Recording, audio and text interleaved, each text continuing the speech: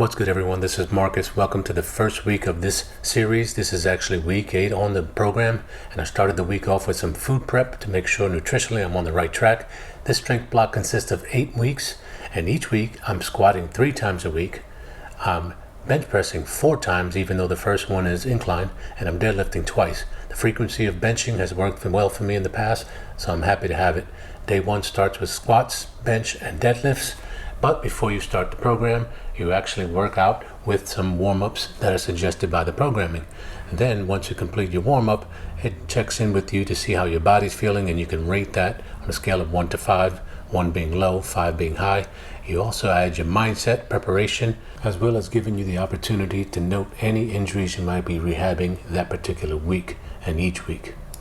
And then you start the program and it spits out what you're going to be doing for that day. Now you might see here I'm starting with benchmark sets, which I've been doing since the start of the program in December, but starting next week I'm actually going to be alternating between benchmark sets and top sets, because Garrett Blevins has noted in a video it's not good to do benchmark sets each and every week.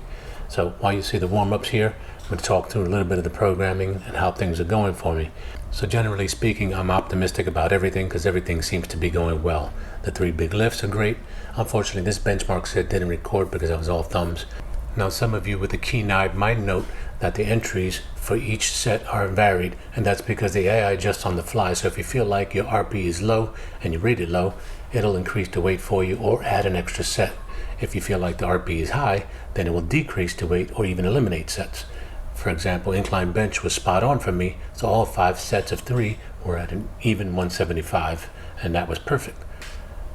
Deficit deadlifts, on the other hand, felt a little light to me, so my starting weight at 265, I rated an RP 6, so it kept increasing the weight until my last set of 315 at 2, which I rated at a 7.5 RPE.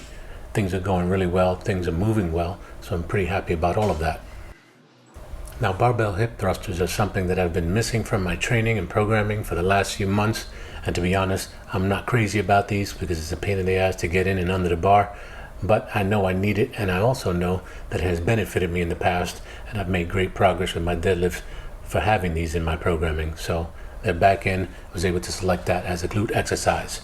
Medicine ball Russian twist, however, I definitely need some help with because my coordination is lacking. Now, I was able to do leg extensions with my chain and pulley system.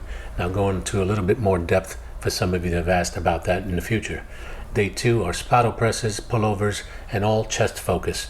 Now, from time to time each week, I may include some of my mobility work because it has helped me immensely with all of my progression and even the shoulder rehab from the injury I had early in the year. Honestly speaking, my warm-up routines vary from day to day, and it depends on how I feel.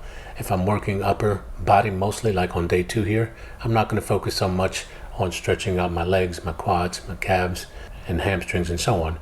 However, it is an upper body focused day, so I am spending more time working on shoulder rehab, as you can see with the Cuban presses on the left. Now, this is something that I avoided doing when I was on the Juggernaut AI. Once I tried them, I realized how good they are for my bad shoulder, so I kept them in, and I honestly feel like these have made a huge impact for me moving forward. They're going to stay in the routine because I almost never feel or hear any clicking in my right shoulder like I used to. All depends on the day. I'm typically doing about 80% of what the program calls for, and then I'm adding in my own mix depending on the day. You can see I'm doing iso hold push-ups, which have also helped me with the shoulder rehab, and definitely making progress in my benching as a result of these few different tweaks that I've added into the regimen. To knowing I'm going into my first competition where I'm going to have to lift on command, I'm mentally preparing myself to do that. So here, even though it says spattle presses, I screwed up being so focused on pressing on command that I went with regular bench, where I'm pausing the bar on my chest, mentally giving myself the cue to press, and moving on. This is dumbbell pullovers, which is something that I haven't done a lot of in the last few months either, but I love them, they feel great. So as previously stated, this is a chest focus upper body day. So moving from spattle presses or bench press to dumbbell pullovers and dumbbell incline bench.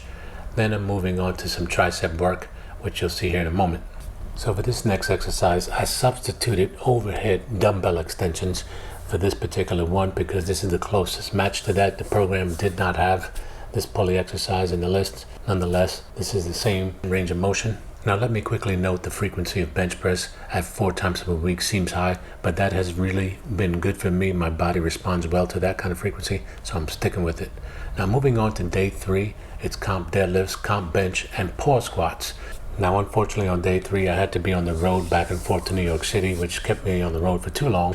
So I focused on my compound lifts on this day and eliminated the accessory items because I didn't finish my training until after 8 p.m. and I really don't like eating too late.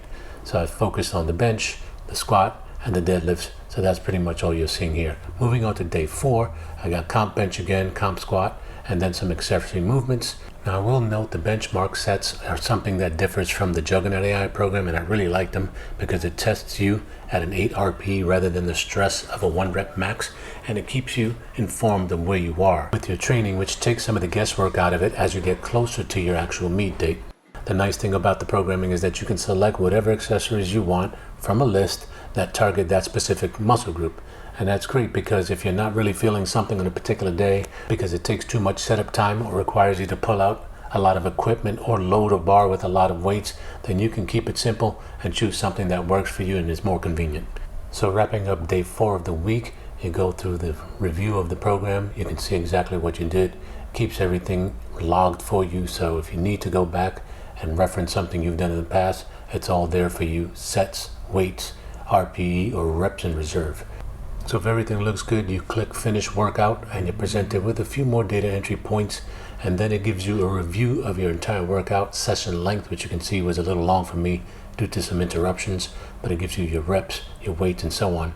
Now since this is the last session of the week, you're still responsible for closing out the week, and this is simply asking for a weekly mindset for the week to come. You can enter whatever you want. It's meant to be motivational. Then it asks how you found the volume for that particular week. You can increase the volume if you want, say you need more, or reduce it if you want. You can also modify the program there, as you can see. In my case, I feel like everything is spot on. I have no intentions of modifying the program, so I complete the week and I'm ready for the next one. So if you have any questions, please drop them in the comments below. Thanks for watching, and I'll catch you on the next one.